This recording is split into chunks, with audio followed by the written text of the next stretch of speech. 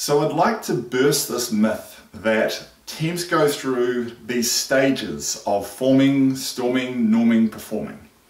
And it all sounds very sensible, as if, yeah, I think I've been on a team that did that. The only problem is they don't go through those stages. So I'll tell you a story about how I learned this. So I heard about it from a professor of mine, and he was the greatest teams researcher probably ever, and his name was Richard Hackman, professor at Harvard. And he told us a story one day in class about how he learnt about it.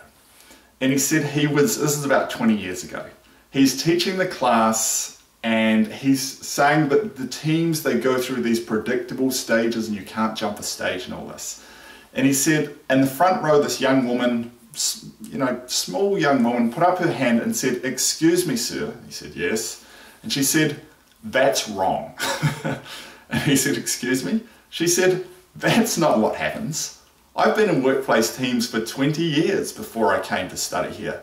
That is not what happens." And he said he sort of leaned back and he did what all good condescending professors do. He says, "Well, you'll have to go out and do your own research and disprove it." And so she did. And so what she did was she started observing workplace teams, and she also observed teams in labs. And what she found and pointed out to Hackman and others was the one thing they had missed about the original research. And that was that the research had been done on T groups or Tavistock groups. And in these groups, was a thing from the 70s, you would put a group of strangers in a room and just observe them and see what happened. And basically what would happen is they'd go through those forming, storming, norming, performing stages. Now the only problem with that is that those groups, they had no roles, they had no task to do, and they had no deadline.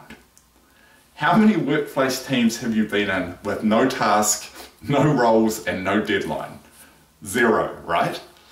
It turns out when you put those conditions in, people don't go through those stages at all. They get straight down to work.